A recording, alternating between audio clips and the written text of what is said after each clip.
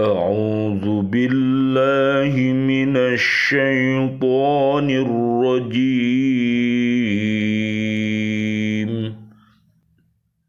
بسم الله الرحمن الرحيم وما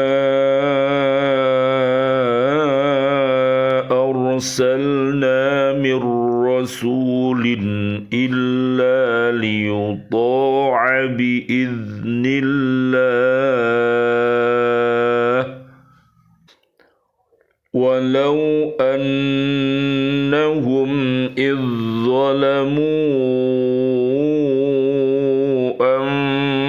أنفسهم جاءوك فاستغفروا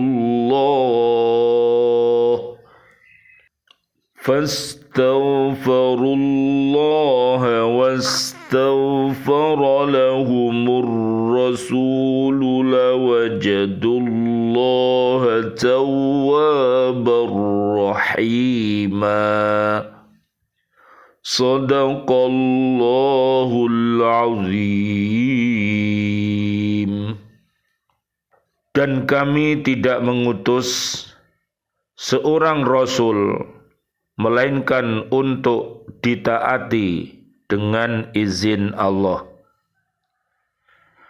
Dan sungguh sekiranya mereka setelah mendolimi dirinya datang kepadamu Muhammad lalu memohon ampunan kepada Allah, dan Rasul pun memohonkan ampunan untuk mereka, niscaya mereka mendapati Allah Maha Penerima Taubat, Maha Penyayang. Maha benar Allah dengan segala firman-Nya dan Dialah yang Maha Agung. Surat keempat namanya surat An-Nisa ayat 64. Bismillah, alhamdulillah, assalatu wassalamu ala rasulillah. Asyhadu an la ilaha illallah wa asyhadu anna muhammadar rasulullah.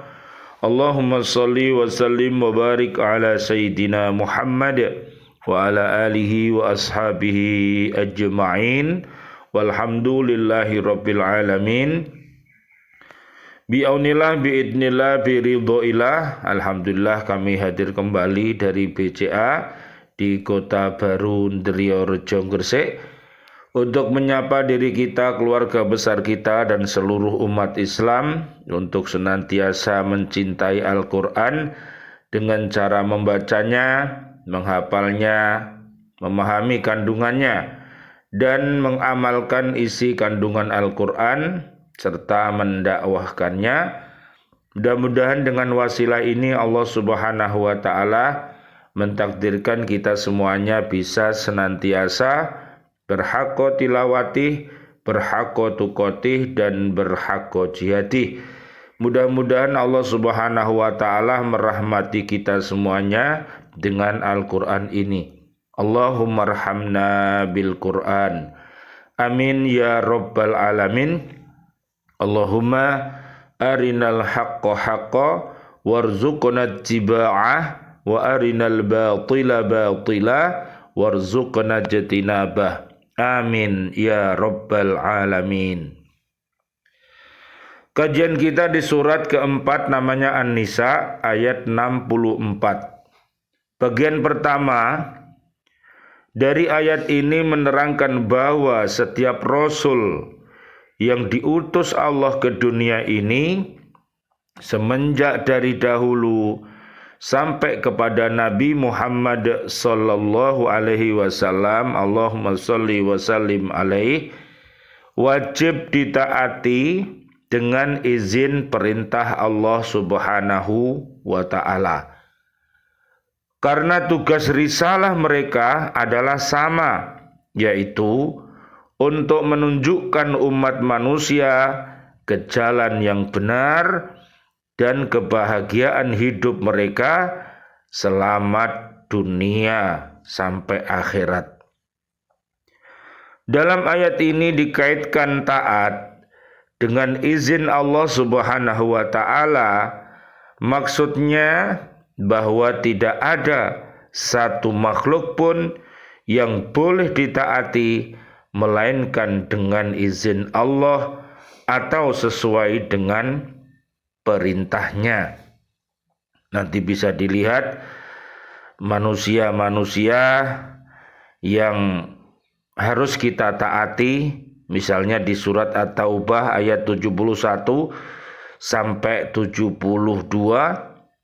Kemudian manusia-manusia yang tidak taat dan perlu kita berhati-hati karena perilakunya itu buruk, yaitu orang yang senantiasa berkata dengan perkataan yang dusta, mengingkari janji-janjinya, dan juga berkhianat atas amanat yang dipikulnya. Misalnya di surat At-Taubah ayat 67 sampai 70, kita harus berhati-hati dan marilah kita mohonkan kepada Allah Subhanahu wa taala hidayah untuknya agar mereka kembali bertaubat kepada Allah Subhanahu wa taala. Amin ya rabbal alamin. Seperti menaati Rasul, ulil amri, ibu bapak, ustadz, ustadzah, dan lain sebagainya. Nanti bisa dilihat di surat keempat ayatnya 59 dan juga di surat 17, namanya surat Al-Isra ayat 23 sampai ayat 82. Selama mereka tidak menyuruh berbuat maksiat sesuai dengan hadis yang diriwayatkan oleh Ali bin Abi Thalib yang berbunyi, la ta'ata li makhluqin fi ma'siyatil khaliqi. Tidak ada ketaatan kepada makhluk dalam bermaksiat kepada Allah. Riwayat Imam Bukhari dan Imam Muslim dari Ali bin Abi Thalib. Innamat ta'ata fil ma'rufi. Sesungguhnya yang ditaati itu hanya perintah berbuat ma'ruf. Riwayat Imam Ahmad, Imam Muslim, Abu Dawud, dan An-Nasai.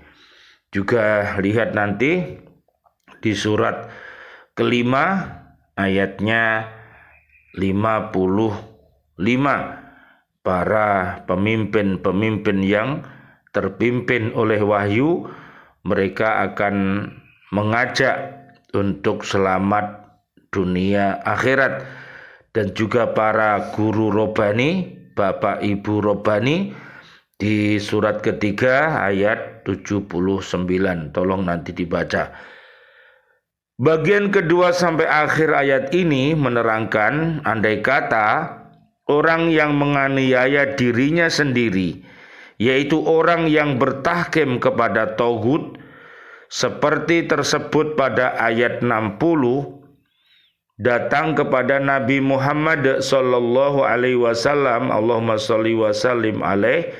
Ketika itu lalu mereka memohon ampun kepada Allah dan Rasul pun turut memohon agar mereka diampuni, niscaya Allah akan mengampuni mereka karena Allah Maha Penerima Taubat, Maha Penyayang.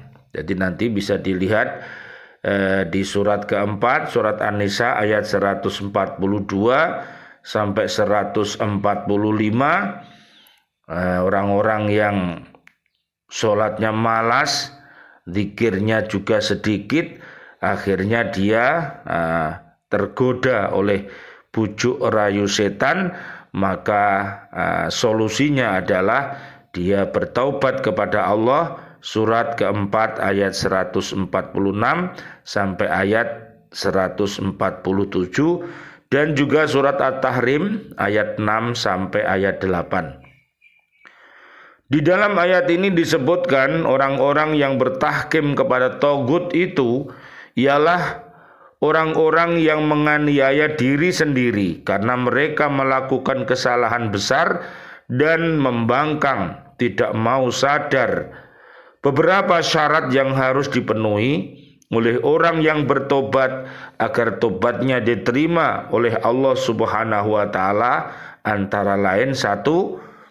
Tobat itu dilakukan seketika itu juga, artinya segera setelah berbuat kesalahan. Nanti bisa dilihat di surat ke-11 ayatnya 52 tentang taubat.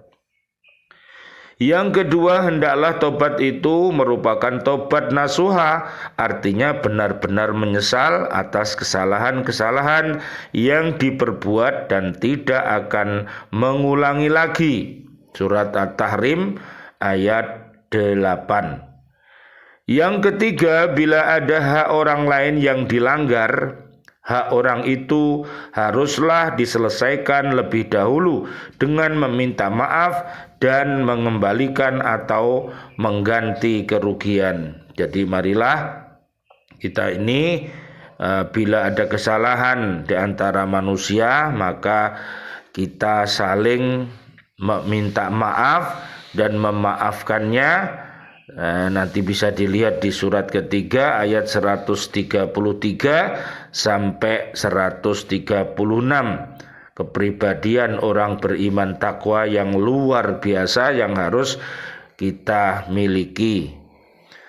Sebab turunnya ayat ini berhubungan dengan peristiwa berikut, sebagaimana yang diriwayatkan oleh Imam Bukhari, Imam Muslim, dan perawi-perawi lain. Mereka menceritakan bahwa Zubair bin Awam mengadukan seorang laki-laki dari kaum Ansor kepada Rasulullah sallallahu alaihi wasallam, Allahumma shalli wa sallim alaih, dalam suatu persengketaan tentang pembagian air untuk kebun kurma.